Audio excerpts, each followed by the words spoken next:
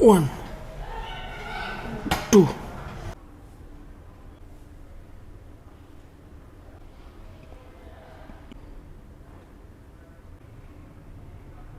है everyone, this is Imran Safdar. आज हम ट्रेन कर रहे हैं लेग्स को। उससे पहले बहुत सारी टॉक। लेग्स में हमने मेनली जिन पार्ट्स को ट्रेन करना होता है वो हैं क्वाड्रिसेप्स, हैमस्ट्रिंग्स, अबडक्टर्स, एडक्टर्स और ग्लूट्स। ठीक है, कितने पार्ट्स हो गए ये? 1 2 3 4 5। और काव्स जो है वो मैं लेग्स के साथ नहीं करता, एब्स के साथ करता हूँ। तो मेरी ट्रेनिंग स्ट्रेटजी काफ़ी लेग्स की चेंज हो चुकी है पिछले कुछ अरसे में। तो पहले मैं बहुत सारे क्रेज़ी लिफ्ट्स, डेड लिफ्ट्स और जो स्क्वाट्स और इस तरह की ट्रेनिंग्स बहुत ज़्यादा करता था, लेकिन रिसेंटली मैंने ये सारी ट्रेनिंग्स करना छोड़ दी हैं क्योंकि मुझे रियलाइज़ हुआ कि ये ट्रेनिंग्स जो हैं ये बेस्ट नहीं है। आर्ग्यूबली मतलब कोई मुझसे डिसएग्री भी लाजमी तौर पे कर सकते हैं।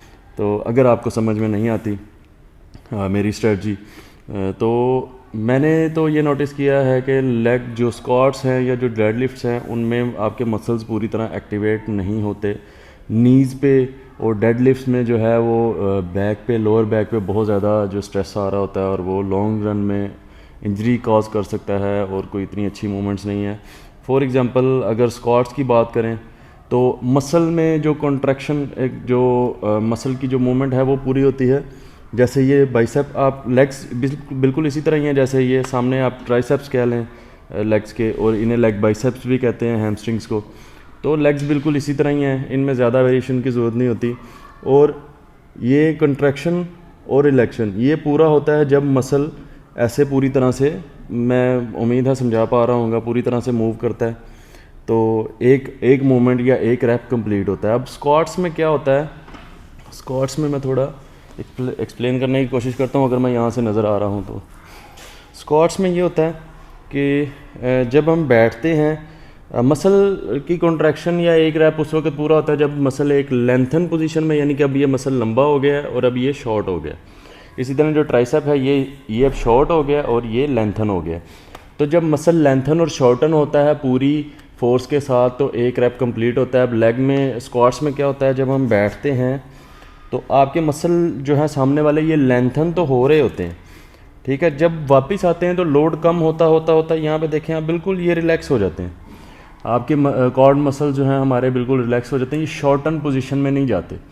और इससे लोड जो है स्क्वाट्स पे इतना ज़्यादा लोड होता है कि मतलब वो नी जॉइंट्स पे जो है वो एक लॉन्ग रन में, मेरे मुताबिक लॉन्ग रन में वो इंजरी कॉज कर सकता है। कोई इतनी अच्छी मूवमेंट नहीं है क्योंकि इसमें मसल की कॉन्ट्रैक्शन भी, एक रैप भी पूरा नहीं हो रहा, लेंथन और शॉर्टन मसल जो है वो प्रॉपरली नहीं हो रहा। यहाँ पे फोर्स बहुत ज़्यादा होती है, जैसे जैसे वापस आते ये रिलैक्स होता है। इसलिए कुछ लोग हाफ रैप्स करते हैं ना, तो वो आसान होते हैं, वो ईगो लिफ्टिंग जिसे कहते हैं।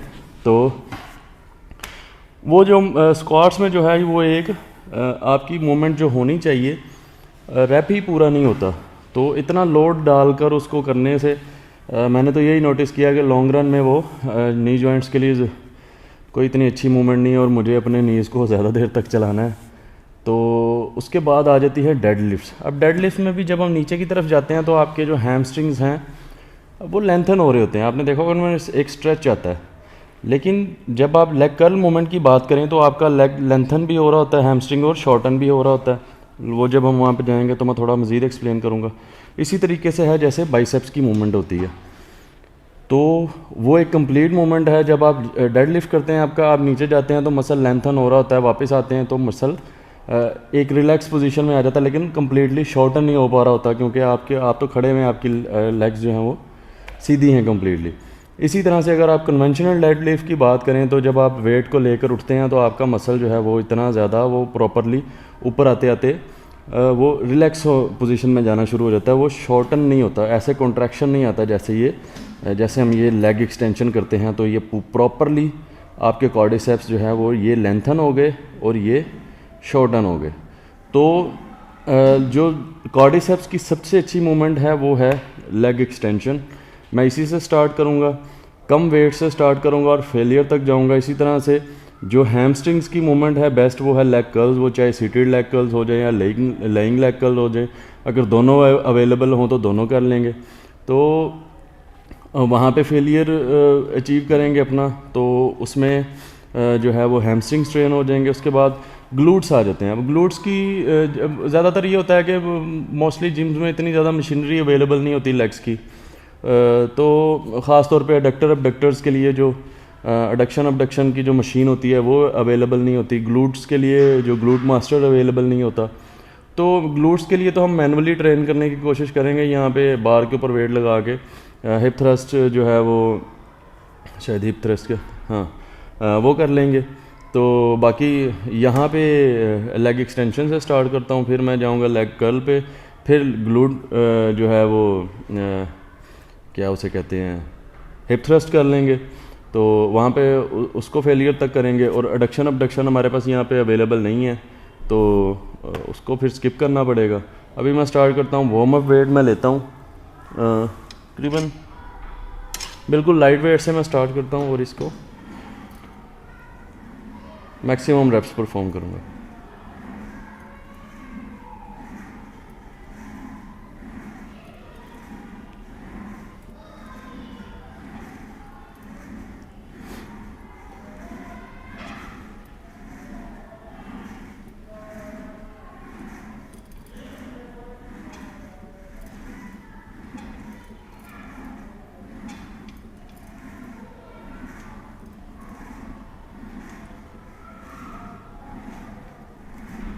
वेट काफ़ी ज़्यादा लाइट हो गया, तो ये मेरी ट्रेनिंग स्ट्रेटजी, आप डेफिनेटली इससे डिसएग्री भी कर सकते हैं। तो अभी वेट बढ़ा लेते हैं।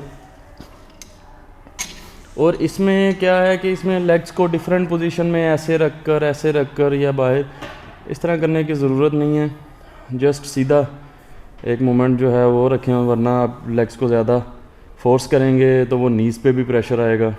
तो आप सीधी एक जो पोजीशन जो जनरल है उसके अंदर ही जो क्वाड्रिसेप्स है वो प्रॉपरली ट्रेन हो जाते हैं।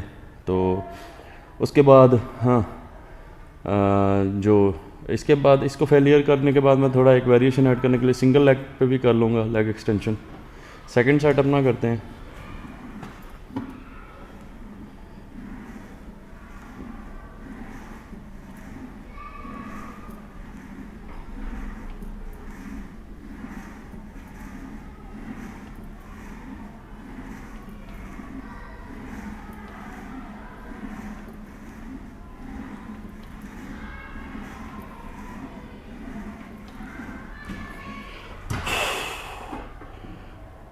फोर्टीन 15 रेप्स मुझे लेग एक्सटेंशन जो है ये बेटर है वो दूसरे जिम वाली से, तो काफ़ी अर्से बाद अच्छी तरह से क्वाड्रिसेप्स ट्रेन होंगे। वहाँ पे तो एंगल ही नहीं पूरा बनता था। थर्ड सेट करेंगे मज़ीद वेट बढ़ाकर।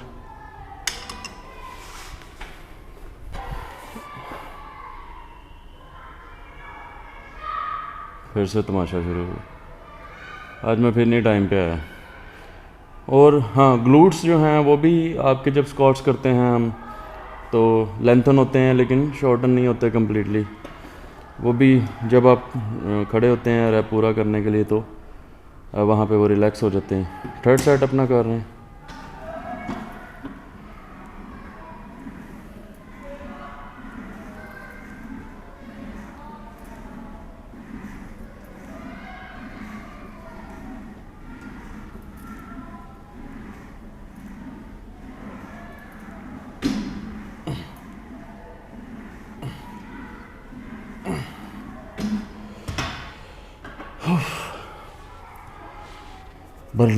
बर्निंग स्टार्ट होगी।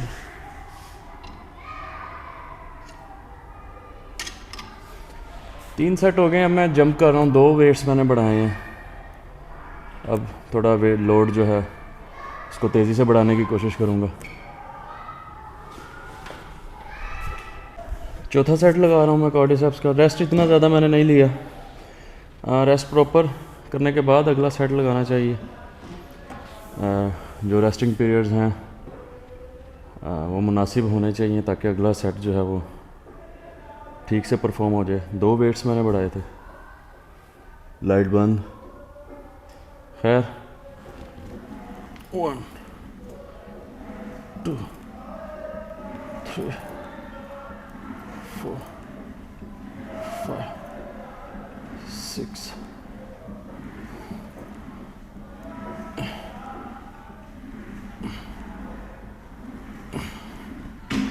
10 रेप्स।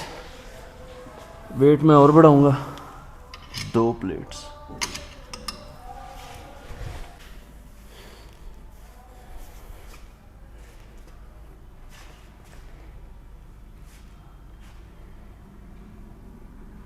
पांचवा सेट लगा रहा हूँ। 2 मैंने और बढ़ाई थी वेट्स, आई थिंक 8 हैं।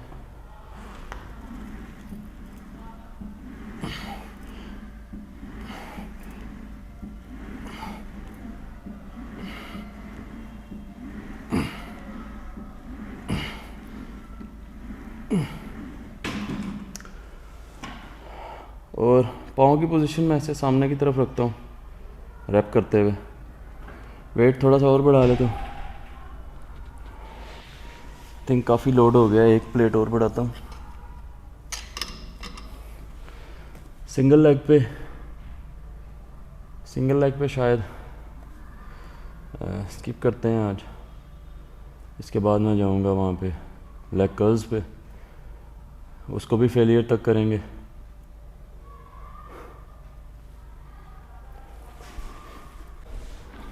सिक्स छोटा सेट लगा रहे हैं।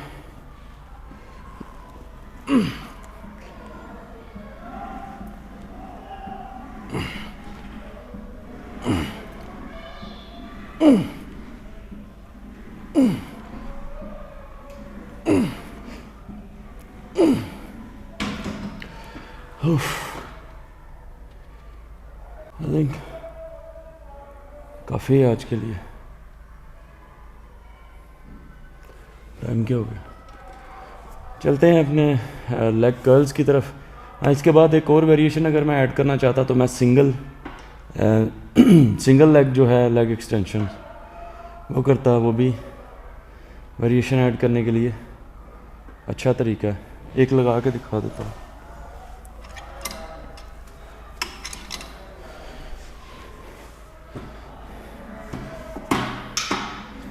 One, 2, 3, 4, 5, 6. 1, 2, 3, 4, 5, 6.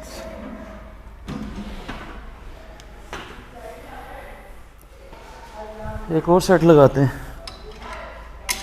एक वेट बढ़ाया मैंने, रेप्स कम कर लेंगे। 1, 2, 3, 1, 2, 3.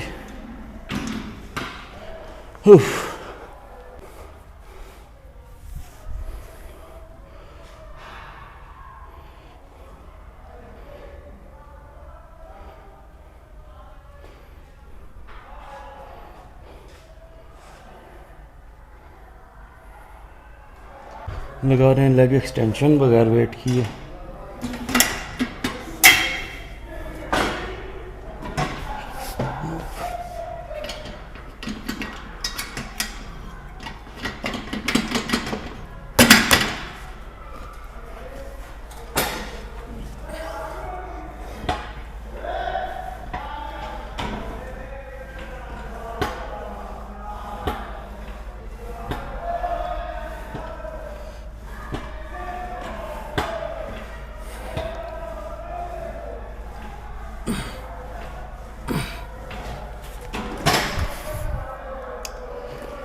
अब मैं वेट इंक्रीज़ करता जाऊंगा। अभी ये 4 थी, 5 पे लगाते हैं।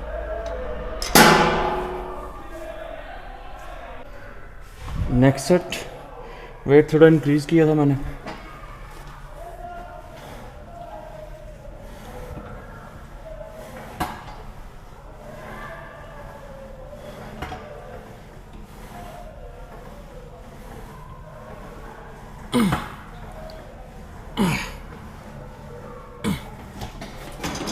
बारह रेप्स। वेट थोड़ा और इंक्रीज।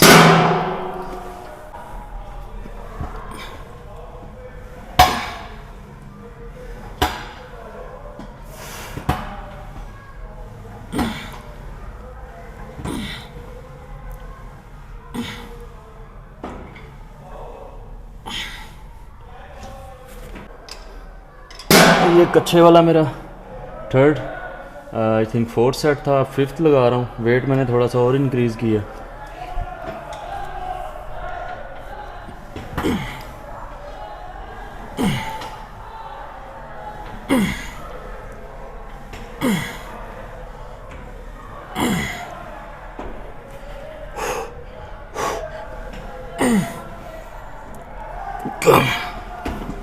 वेट और इंक्रीज़।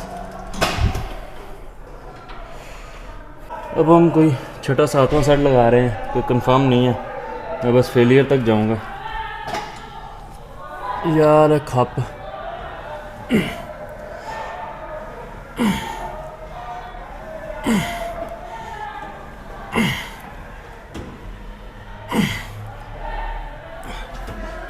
वेट और बढ़ाएंगे।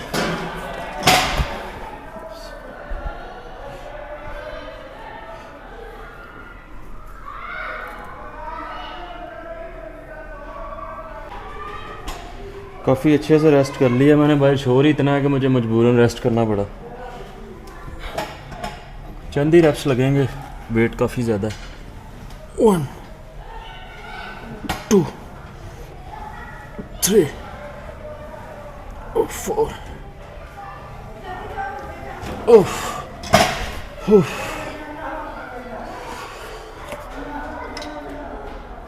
वेट और बड़ा है। एक दो सेट और करेंगे, इसके बाद हिप थ्रस्ट।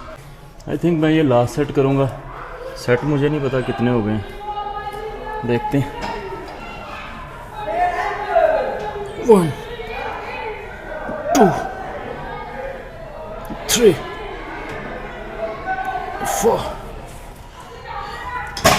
एक और कर लेते हैं, एक आधा रेप तो हो गई। बहुत शोर है भाई, बहुत ही ज़्यादा। लास्ट सेट अपना कर रहे हैं, काफ़ी रेस्ट मैंने कर लिया है। ये लास्ट सेट लेग कर्ल का करने के बाद मैं हिप थ्रस्ट करूँगा। 1 2। बहुत ज़्यादा लोड हो गया था। कल का जो कल क्रैम्प सा एक आ गया था बैक में, उसने काफ़ी डिस्टर्ब किया रखा मुझे कल। अच्छा, जो हिप थ्रस्ट है या ग्लूट्स के लिए होता है मेनली। ग्लूट्स को तकरीबन सभी लोग निगलेक्ट कर देते हैं, सिर्फ स्क्वाट्स पे डिपेंड कर रहे होते हैं, लेकिन स्क्वाट्स में मैंने बताया वो पूरी तरह ट्रेन नहीं होता। तो उसके लिए अगर मशीन हो ग्लूट मास्टर तो ज़बरदस्त है, वरना ये इस तरह मैनुअली हिप थ्रस्ट भी लगा सकते हैं बार पे। बार मैंने सेट कर दिया। स्टार्ट करते हैं पहला सेट अपना, तकरीबन 6-7 सेट करूँगा इसके भी। फर्स्ट सेट अपना लगाते हैं। काफ़ी अर्सा हो गया मुझे भी ये लगाए हुए। इस तरीके से नीचे बैठ के ये पैड आपने सेट कर लेना। बारबल पैड मैं मंगवाता हूँ नया, ये थोड़ा नरम हो गया तो ये चुभता है। इस तरीके से यहाँ पे बारबल पैड सेट करके यहाँ पे आपने सपोर्ट लेके खड़े रखना, ठीक है। अब यहाँ पे इसको पुश करना। 1 2 3 4 5 6 7 8। पूरी फोर्स से ऊपर आना, मतलब यहाँ पे वापस नहीं जाना, यहाँ तक पुश करना है इसको।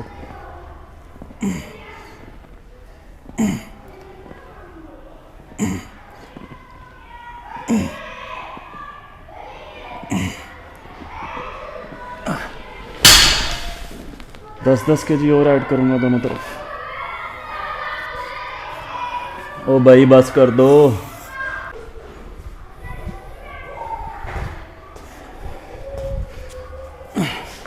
दस kg मैंने और ऐड किया। मेरे नीज़ पे थोड़ा अनकंफर्टेबल फील हो रहा है लिफ्ट करते वक्त। अगर इसकी मशीन हो तो गनीमत है, तो बहुत ही अच्छी बात है। सेकंड सेट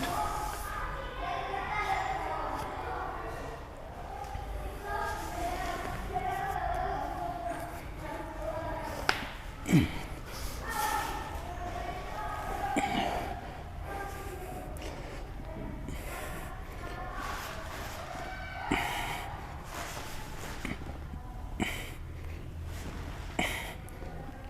नी को कहीं सेट करने की कोशिश कर रहा हूँ, उस पर थोड़ा प्रेशर आ रहा है।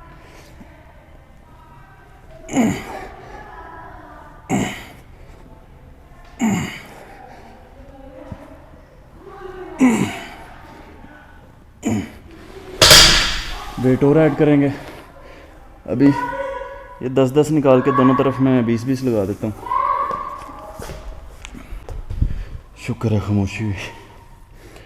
आई थिंक ग्लूट्स जो हैं वो हमारी बॉडी का सबसे बड़ा मसल ग्रुप है, तो इसके ऊपर मेन फोकस लेग्स में होना चाहिए। और ये साथ ही कोर की भी बड़ी अच्छी एक्सरसाइज है। बाकी डेड लिफ्ट्स वगैरह और स्क्वाट्स वगैरह में मैंने भी बड़ा टाइम वेस्ट किया है। इवन के डेड लिफ्ट की वजह से मैंने हैमस्ट्रिंग इंजरी भी फेस की है। 2 साल तक मुझे वो हैमस्ट्रिंग इंजरी बर्दाश्त करना पड़ी। तो अब मैं आके अपनी एक्सरसाइजेज में बड़ा सिलेक्टिव सा हो गया। तो ऑफ कोर्स ये एक मेरी पर्सनल अडॉप्टेशन है जो मुझे बेस्ट लगता है कि ये मेरे लिए ये चीज़ें बेस्ट हैं। मशीन अवेलेबल हों तो काफ़ी सारे रिस्क कम हो जाते हैं एक्सरसाइजेज में। जैसे कि अब ये है, इसकी मशीन अवेलेबल हो तो इतना हैसल नहीं होता और एंगल भी ज़रा वो ज़्यादा बेटर होता है।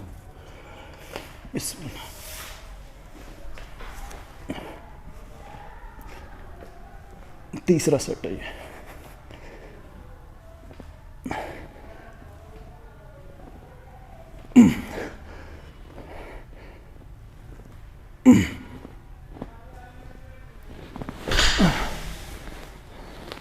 चौथे सेट में मैं दोनों तरफ 10-10 kg और ऐड करता हूँ।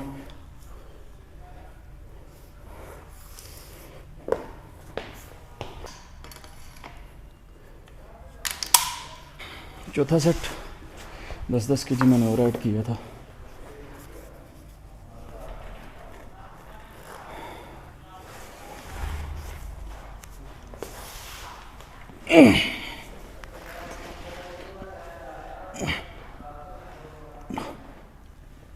Three, 4, 5, 6।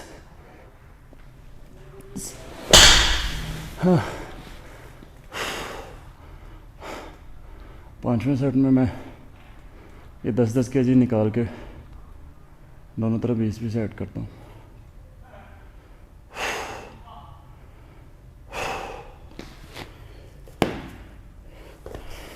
हिप थ्रस्ट में भी काफ़ी अरसे बात कर रहा हूँ।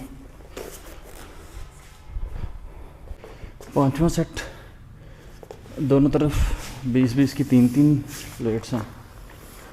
और कैलोरी का इंटेक मेरा आज बड़ा ही मुनासिब रहा। सहरी में मैंने कोई 500 कैलोरीज ली होंगी मुश्किल से। 2 होल एग्स, 1 स्कूप वे का, 1 स्लाइस ब्रेड का और चाय का कप। अभी इफ्तार में बोनलेस चिकन सॉस के साथ वो खा लूँगा। बस इतनी ज़्यादा भूख नहीं है। शायद खजूरें वगैरह कुछ 10 मिनट रह गए हैं। पाँचवा सेट।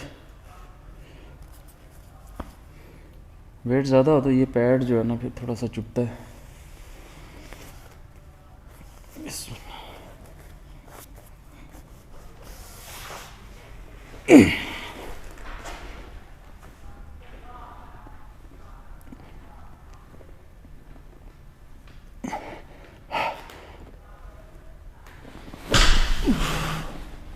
हाँ, 10-10 kg और ऐड करके लास्ट सेट करते हैं।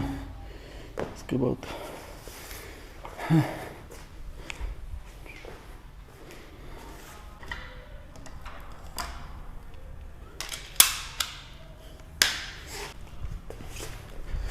अपना लास्ट सेट कर रहा हूँ मैं 10-10 kg, यानी कि तकरीबन दोनों तरफ 70-70 है।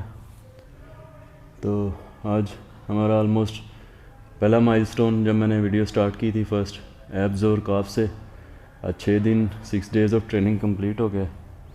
कल रिपीट करेंगे। कल मैं दोबारा से एब्स और काफ्स करूँगा। और thank you so much for your support. और मिलते हैं इंशाल्लाह कल एब्स और काफ्स के वर्कआउट में। Thanks for watching, take care.